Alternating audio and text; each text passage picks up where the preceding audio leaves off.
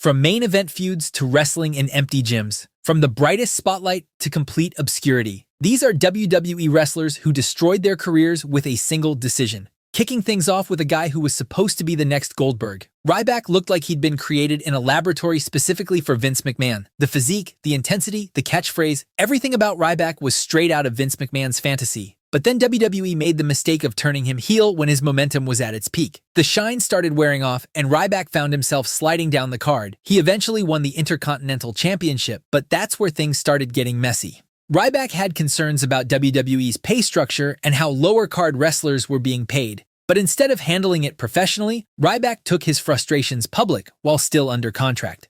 When his deal expired in 2016, he walked away. And then he just couldn't stop talking. Ryback spent years relentlessly attacking WWE online. He went after Vince McMahon, buried Triple H's booking decisions, called out other wrestlers, and criticized virtually everything about the company. But Ryback's biggest mistake was when he made insensitive comments about Vince McMahon's mother after she passed away. These days, Ryback legally changed his name to Ryback Reeves and has pivoted to being a content creator focused on nutrition and mukbang videos on YouTube. He occasionally appears at small independent shows, but his days of being considered for any major promotion are long gone. But moving on from Ryback's self-destruction, let's talk about a controversial female superstar who went from the bright lights of WWE to the cold bars of prison. If you asked anyone in the mid-1990s who the most popular woman in wrestling was, the answer would have been unanimous: Sunny. Tammy Sytch wasn't just a manager or a valet. She was a cultural phenomenon. She became the most downloaded person on the entire internet in 1996, appeared on magazine covers, and was an integral part of WWE's Attitude Era Foundation. In 2011, WWE inducted her into the Hall of Fame. It felt like a happy ending for someone who'd overcome personal struggles and substance abuse issues. She'd cleaned up her act, and fans were genuinely happy to see her honored. But the celebration didn't last long. Starting in 2012, Sunny was arrested 5 times for various offenses. The arrests kept coming: DUI charges, domestic violence incidents, violating protective orders. Each time, it seemed like she'd hit rock bottom, and each time, she somehow found a way to go lower. WWE quietly distanced themselves, and what was once a Hall of Fame celebration became an uncomfortable reminder. However, in 2022, Sunny made a huge mistake that ruined her life. On March 25, 2022, while driving under the influence, Sunny caused a fatal car crash that killed a 75-year-old man. She'd been given chance after chance by the legal system, but this time, there were no more chances. In November 2023, Tammy Sytch was sentenced to 17 years in prison. She won't be eligible for release until at least 2039, when she'll be in her late 60s. WWE has scrubbed her from their history wherever possible. Her Hall of Fame induction technically still exists in the record books, but the company will never acknowledge or celebrate it again. But switching gears from Sunny's downfall, let's talk about one of the most polarizing wrestlers of modern times. When Enzo Amore debuted on NXT alongside Big Cass, nobody expected much. But what Enzo lacked in technical ability, he made up for with personality. His motormouth promos and catchphrases got over in a massive way, and Enzo became a solid player in the tag division and the cruiserweight division. However, cracks started showing almost immediately. There were reports of backstage heat, complaints about Enzo's attitude, and whispers that veterans didn't respect him. Allegedly, he was kicked off the tour bus and banned from the locker room at various points. But then, everything came crashing down in January 2018. WWE discovered through a news report that Enzo was under investigation by Phoenix police for an alleged incident dating back to October 2017.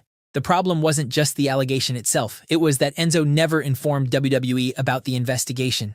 On January 22, 2018, WWE suspended Enzo. The next day, they fired him while he was still Cruiserweight champion, forcing them to vacate the title. Since then, Enzo's career has been chaotic. He's pursued a rap career with barely any success, made sporadic independent wrestling appearances, got into a physical altercation with Joey Janela at a concert, and in one of the wildest moments of 2018, he disguised himself and snuck into Survivor Series just 6 months after being fired. As of 2025, he's still wrestling small shows and releasing music, but there's zero chance WWE ever brings him back.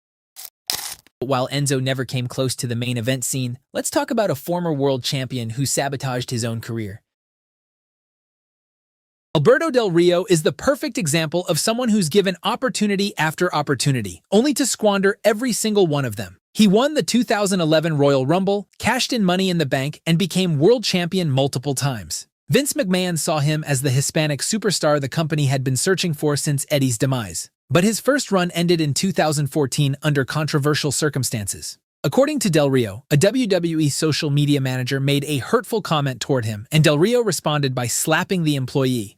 WWE fired him, and most people assumed that was the end of the story. But then something unexpected happened. WWE brought him back in 2015.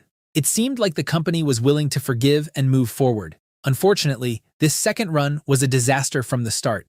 Del Rio's act felt stale. His relationship with Paige became a constant source of backstage drama, and his attitude made it clear he didn't want to be there. He failed a wellness test, no-showed events, and left the company again in less than a year. However, even after his release, Del Rio kept digging his own grave. He spent years publicly trashing WWE in interviews, burning bridges with other promotions like TNA through unprofessional behavior, and accumulating legal troubles that made him radioactive to major companies. Today, Del Rio occasionally appears for small independent promotions, but his reputation precedes him.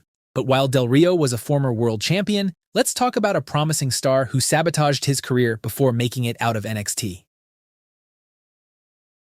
Patrick Clark first appeared on WWE Tough Enough in 2015, and while he didn't win the competition, WWE saw enough potential to sign him to NXT. Initially, he wrestled under his real name with a fairly generic presentation, but in 2017, everything changed when he transformed into the Velveteen Dream. The gimmick was inspired by Prince, flamboyant, theatrical, and unlike anything else in WWE at the time. Dream had the look, the charisma, the mind games, and the ability to back it all up in the ring. Fans and industry insiders alike saw him as a future main eventer on the main roster. But then, 2020 happened, and everything fell apart. Serious allegations surfaced online regarding inappropriate behavior, and WWE quietly pulled Dream from television. His big push evaporated overnight, and he was barely used for the remainder of his contract.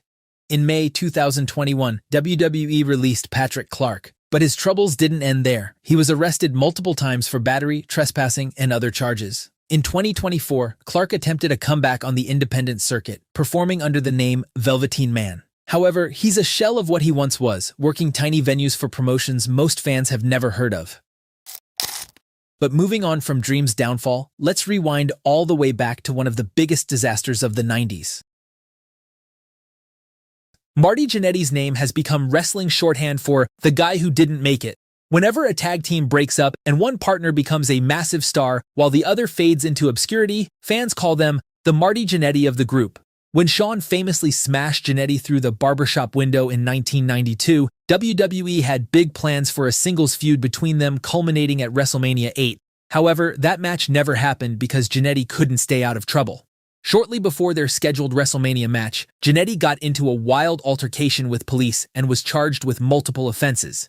WWE had no choice but to release him, and their WrestleMania plans were scrapped. Vince McMahon gave Jannetty another chance when he returned in October 1993 to resume his feud with Shawn. The two wrestled at the Royal Rumble for the Intercontinental Championship, and a backstage segment suggested the story would continue to WrestleMania. But once again, Jannetty was fired. This time allegedly for being under the influence during his match with Michaels. While Shawn Michaels became one of the greatest wrestlers of all time, Jannetty bounced between independent promotions. But going from one tag team specialist to another, let's talk about the bizarre downfall of Brad Maddox.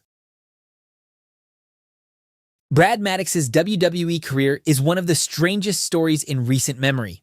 When Maddox debuted in 2012, he wasn't supposed to be anything more than a referee. But WWE Creative saw something in him and decided to give him a chance. After interfering in a WWE Championship match between CM Punk and Ryback, Maddox became a featured character on television. His smarmy heel persona worked, and by early 2013, he was named the general manager of Monday Night Raw. Maddox held that position for nearly a year, appearing regularly on WWE's flagship show and gaining valuable experience working with top stars. However, his run as GM ended in 2014, and he transitioned back to being an in-ring wrestler, working non-televised matches and appearing sporadically on television. In November 2015, WWE released him. Most people assumed that was the end of his WWE story. But 7 months later, in June 2016, Maddox made a surprise return. Fans who remembered his entertaining heel work were curious to see what WWE had planned for him this time. But this return lasted exactly 8 days. Brad Maddox was wrestling in a non-televised match at a house show that wouldn't be broadcast or recorded for WWE programming. As a heel, his job was to insult the crowd and get them to boo him. During his promo, Maddox called the fans pricks. Now, wrestlers have said far worse things on live television, but WWE management was in the building, they heard it, and they didn't find it appropriate.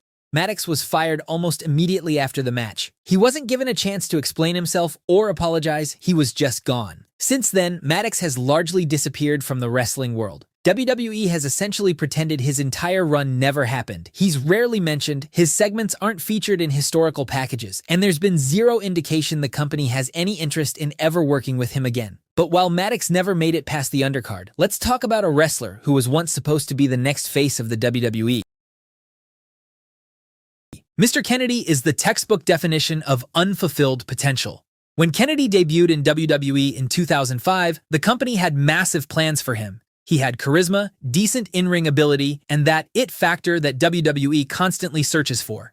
By 2007, he'd won the United States Championship and captured the Money in the Bank briefcase at WrestleMania 23. But shortly after winning, he suffered a legitimate injury, and WWE made the controversial decision to take the briefcase away from him.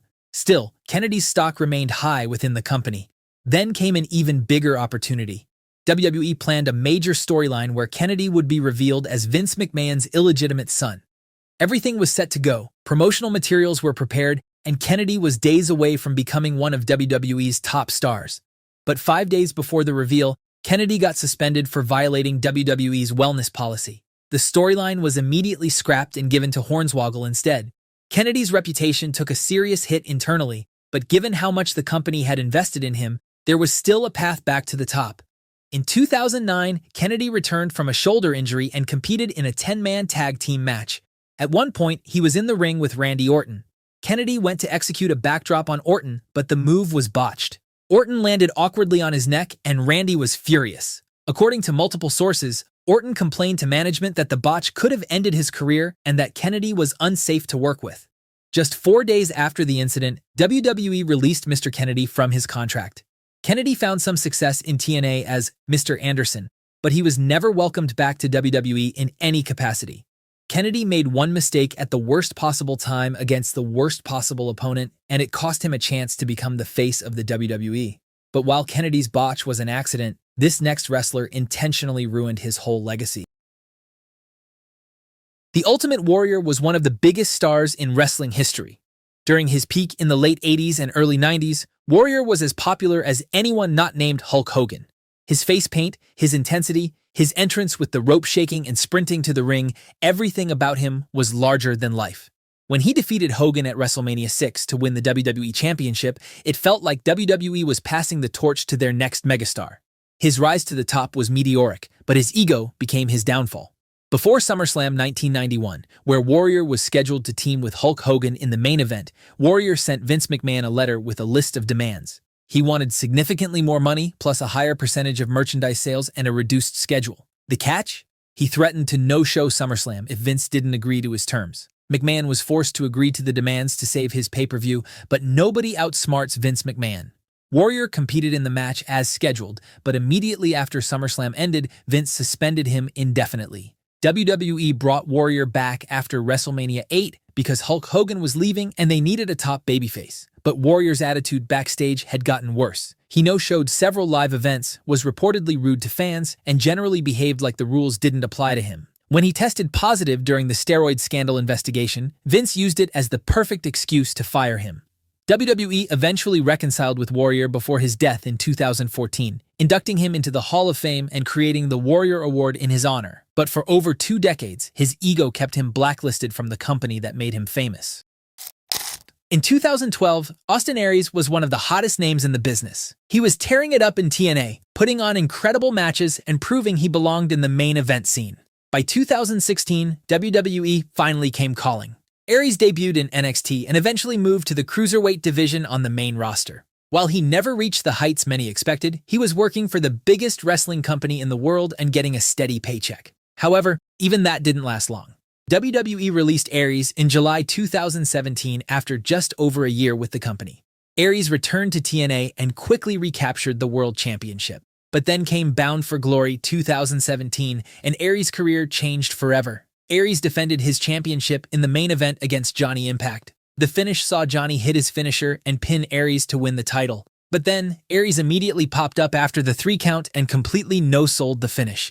The entire moment was uncomfortable and unprofessional, and it completely overshadowed Johnny Impact's championship victory.